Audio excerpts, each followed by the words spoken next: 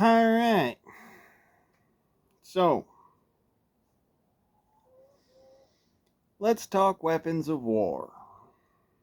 Since that seems to be like the going thing lately, especially with the jackasses in politics. Let's talk weapons of war. Because AR-15s, so called, are weapons of war. You and I both know that's a dumbass fucking mistake and it's not true, but let's talk actual weapons of war. Now, YouTube, this is unloaded, and it is a black powder gun. It has been rendered completely safe, and therefore there is no reason for you to lose your fucking minds. Okay? This, ladies and gentlemen, is a standard size Remington New Model Army, which you can see is completely unloaded. No caps, no balls. Okay? Now, as I said before, let's talk real weapons of war. Weapons that were really used in war. This gun, not this one in particular, but this particular type of gun, was issued to the United States Army at the beginning of the Civil War. This is a weapon of war. You know what isn't a weapon of war? You guessed it. Armalite Model 15 with a standard capacity 30 round magazine. That is not a weapon of war. In fact, that is what is called a sporting rifle, funny enough. Bet you didn't know that. It's considered a novelty sporting rifle. Let's talk another weapon of war, shall we? One that I'm sure folks here have heard of.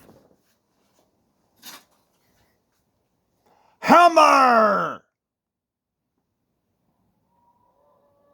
A literal weapon of war dating back to the beginning of mankind.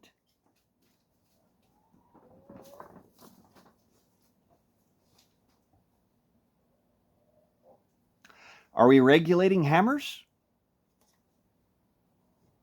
Because last I checked, I can go down to the hardware store, pick one of these up for about $14.99. So we're regulating weapons of war? Or are we not regulating weapons of war?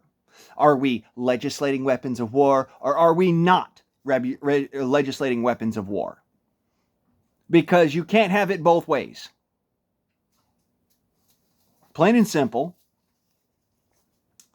this is a weapon of war. This was used in armored field combat from the antiquity. From antiquity into the medieval times. And even, mind you, into the 17th, 18th, and 19th century. Weapons of war. Now,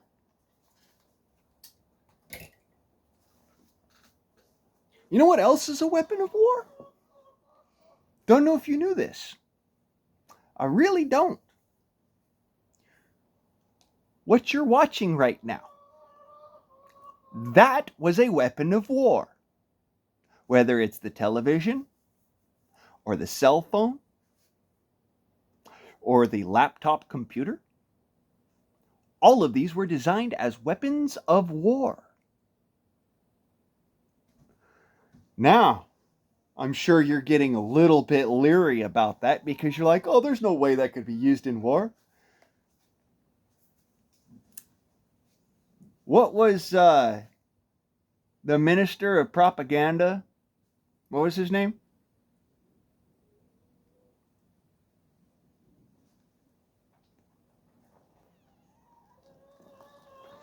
The German one, I mean.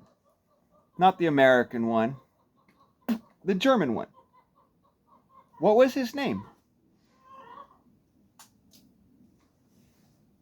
Last time I checked, it was Josef Goebbels. And last time I checked, he was a soldier, as well as being a filmmaker.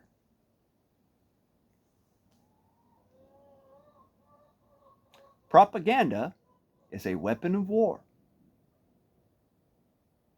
You know what else was designed as a weapon of war long before it ever saw any kind of use on a baseball pitch?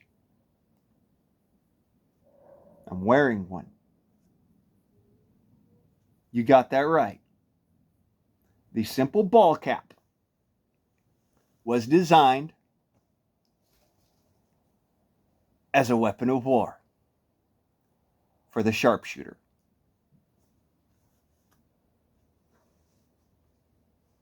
There are so many weapons of war that you take for granted as everyday items.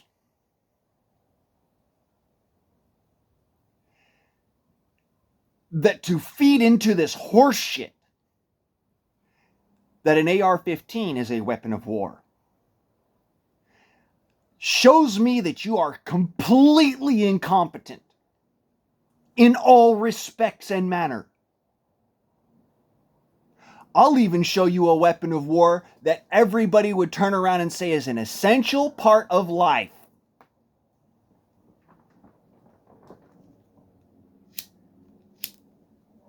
Fire. Yes, freaking fire. A weapon of war. Hold on a second. Sorry, I had to call the jackass back because he was going and yelling at the neighbor dogs. Anyways, weapon of war. An ignition source. Quite literally.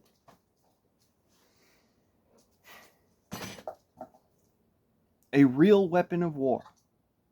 Yet this can be purchased at a gas station where we keep another weapon of war.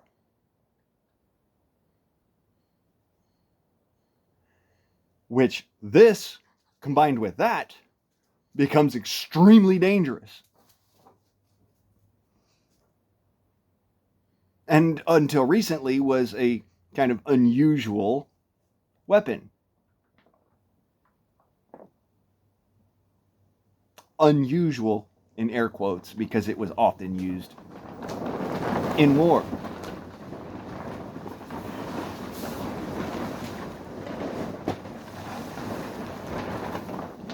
And not only that, but it was dangerous to the operator as well as the intended target.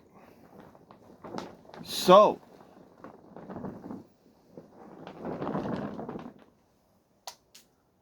how stupid are these people? I mean, how incredibly stupid are these people? Because if you're going to go and let somebody create legislation or ask for representation in such legislation, and these people are utilizing words such as, or phrases such as, weapons of war and weapons of mass destruction. Who is more retarded? Who is more slow of the mind again?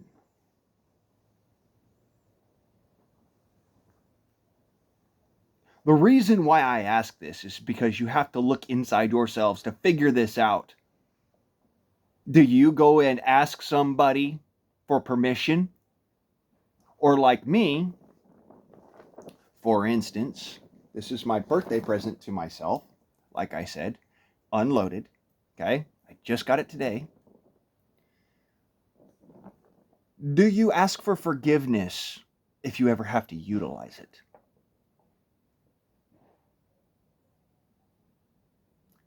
That's the difference here.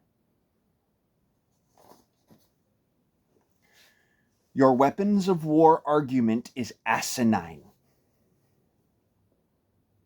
It is so beyond idiotic that it cannot be compared with a single other instance.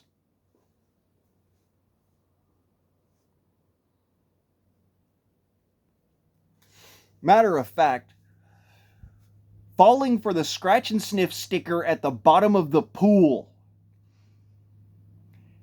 is less idiotic. Do you understand now why I have such distaste for people who sit there and say, well, we gotta win? That's not a win. That's somebody handing you back your wallet after they took all the freaking bills and credit cards out of it. After robbing you. That's somebody telling you, oh, well, you can have these crumbs, but this biscuit is mine.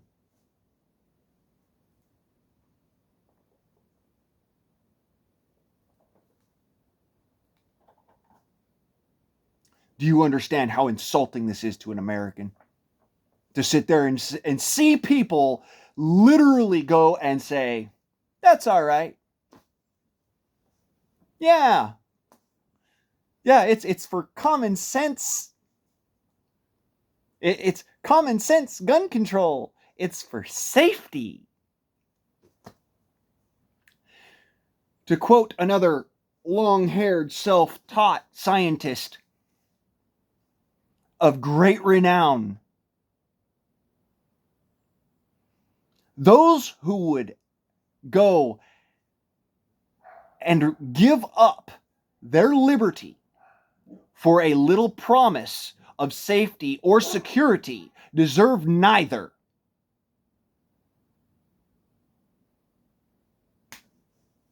So I'm going to ask you again. Are you like me and carry weapons of war? Or are you like some of these other idiots out there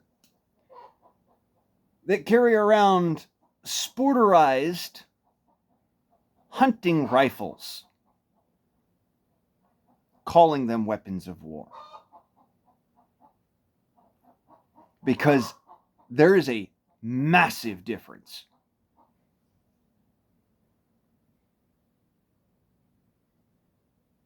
And I'll say it now and I'll say it again. We are not the same. I don't vote for your oppression. I don't ask for permission. And I'm way beyond asking for forgiveness.